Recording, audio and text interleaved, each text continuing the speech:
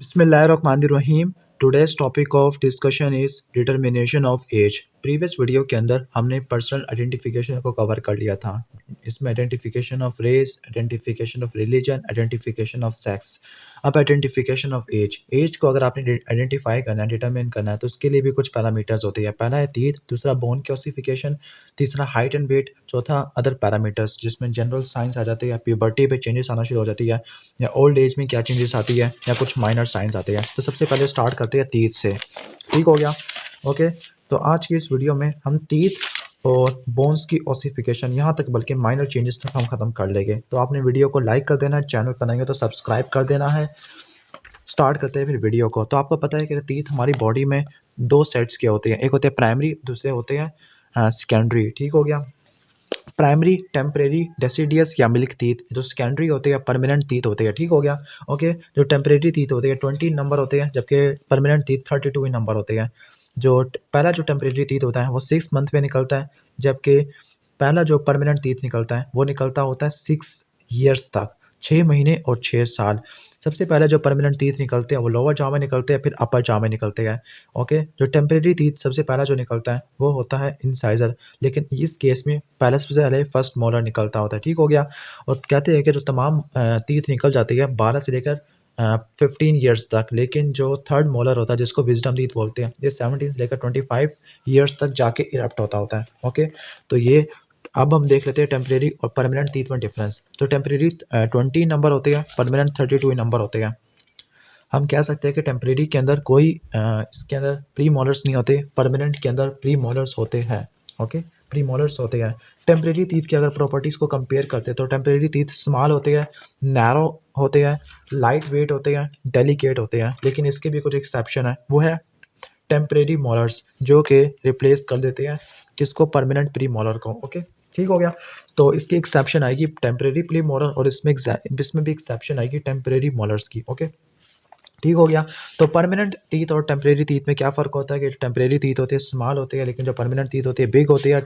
Temporary teeth light होती है, narrow होती है, जबकि परमानेंट टीथ हैवी होती है, ब्रॉड होते हैं। ठीक है? स्ट्रॉन्ग होते हैं, जबकि डेलिकेट होते हैं। लेकिन एक्सेप्शन हमेशा आज देखने को मिलती है। इसमें एक्सेप्शन होगी परमानेंट प्री मोलर की, और इसमें एक्सेप्शन होगी टेम्परेरी मोलर्स की। ओके, इसके बाद हम आगे चलते हैं जो इनके कलर को। तो जो टेम्परेरी टीथ है उनका कलर होता है क्राउन, जिनका क्राउन होता है वो चाइना वाइट का होता है, लेकिन इस केस में जो क्राउन होता है वो इवोरी वाइट का होता है। ओके, ठीक हो गया? इसके ओके, जहाँ पर हम कह सकते हैं कि क्राउन का नेक के साथ जंक्शन होता है, तो वहाँ पर आपको रिच देखने को मिलता है। टेम्परेरी टीथ के जो एंटीरियर वाले होते हैं वो वर्टिकली प्लेस्ड होते हैं, मोलर्स यूजुअली लॉन्गर होते हैं, इनके क्राउन फ्लैट होते हैं, रूट स्मॉलर होते हैं, मोर डाइवर्जेंट होते हैं, एजेस इनके सिरेटेड होते हैं। ठीक हो गया? तो आप एक क्लासिफिकेशन को या एक टेबल को आप याद कर लेना और इनको ऑपोजिट कर देना, तो टेम्परेरी और परमानेंट का डिफरेंस हो जाएगा। ठीक हो गया? ओके, जैसे जो टेम्परेरी वाले 20 होते हैं, 8 incisor, 4 canine, 2 molars, pre molar नहीं होते इसमें, साइज स्मॉलर होता है, लाइटर होता है, डेलिकेट होती है, चाइना वाइट इन कलर होते हैं, एंटीरियर टीथ वर्टिकली प्लेस्ड होते हैं, नेक कॉन्स्ट्रिक्टेड होता है, नेक और बॉडी के दरमियान रिजेस होते हैं, मोलर्स स्मॉलर और डाइवर्जेंट होते हैं। इनको रिप्लेस करने वाले परमानेंट टीथ होते हैं। जब हम रेडियोलॉजी पकड़ते हैं तो आपको जर्मिनेशन सेंटर देखने को मिलते हैं परमानेंट टीथ के। ओके, तो ये टेम्परेरी टीथ के डिफरेंस हो जाएगा।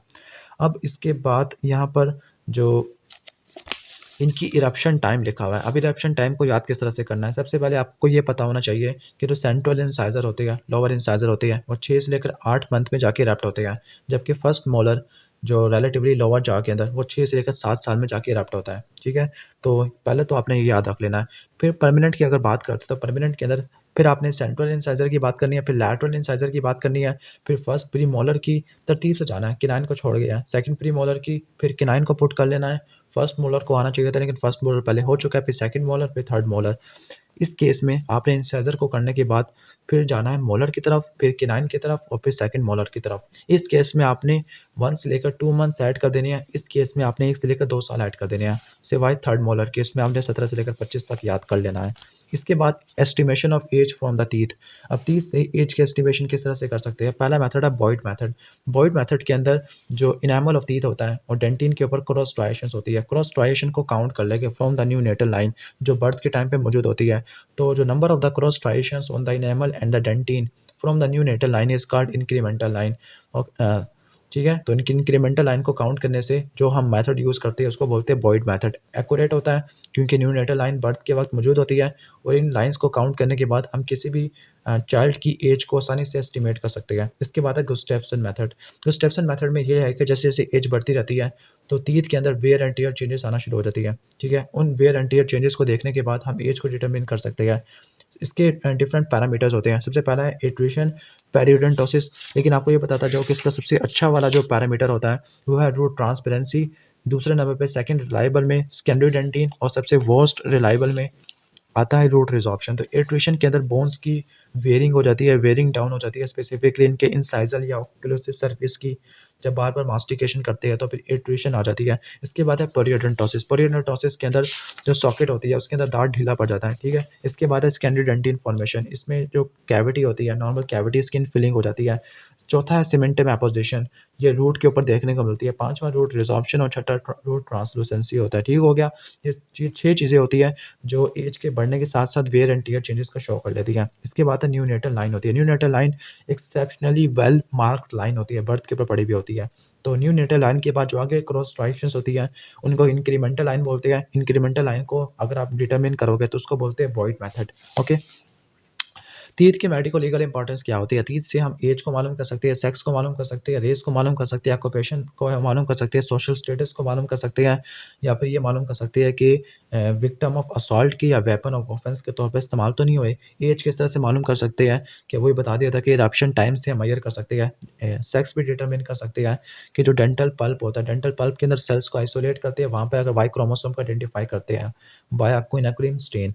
इसके बाद है रेस, जो एशियाटिक मंगोलाइड्स होते हैं, उनके teeth शॉवल शेप होते हैं, इनके इंसाइज़र्स यानी इनके इंसाइज़र्स शॉवल शेप होते हैं, ठीक हो गया? ओके, बस ये याद रख लेना है। ऑक्यूपेशन मास को भी इंडिकेट करते हैं।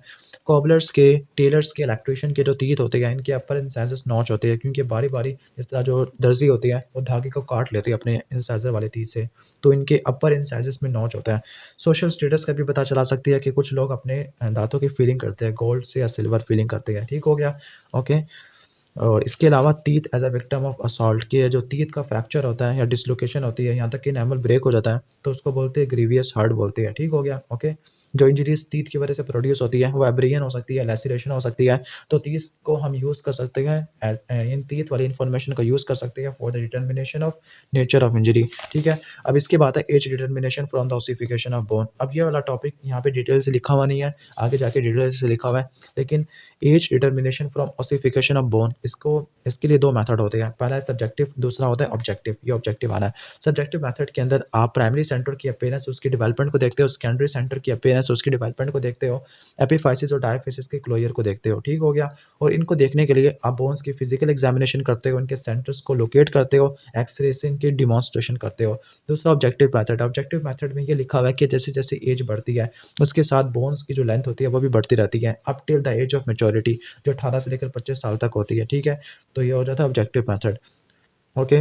फिर इसके बाद डिफरेंट पैरामीटर्स लिखे हुए हैं जो आई थिंक हमारे किसी काम के नहीं है। अब जो बोन्स की जो स्टडी होगी, वो जो ऑस्टियोलॉजी होगी फोरेंसिक के अंदर, वो स्टार्ट होती है क्रॉक बेंच चेंजेस से, ठीक हो गया? जिनको हम पार्ट 4 से कवर कर लेंगे। अगर आपको वीडियो अच्छी लगी हो तो वीडियो को लाइक कर देना, चैनल बनाएंगे तो सब्सक्राइब कर देना। Thanks for watching this video. अल्लाह हाफिज़।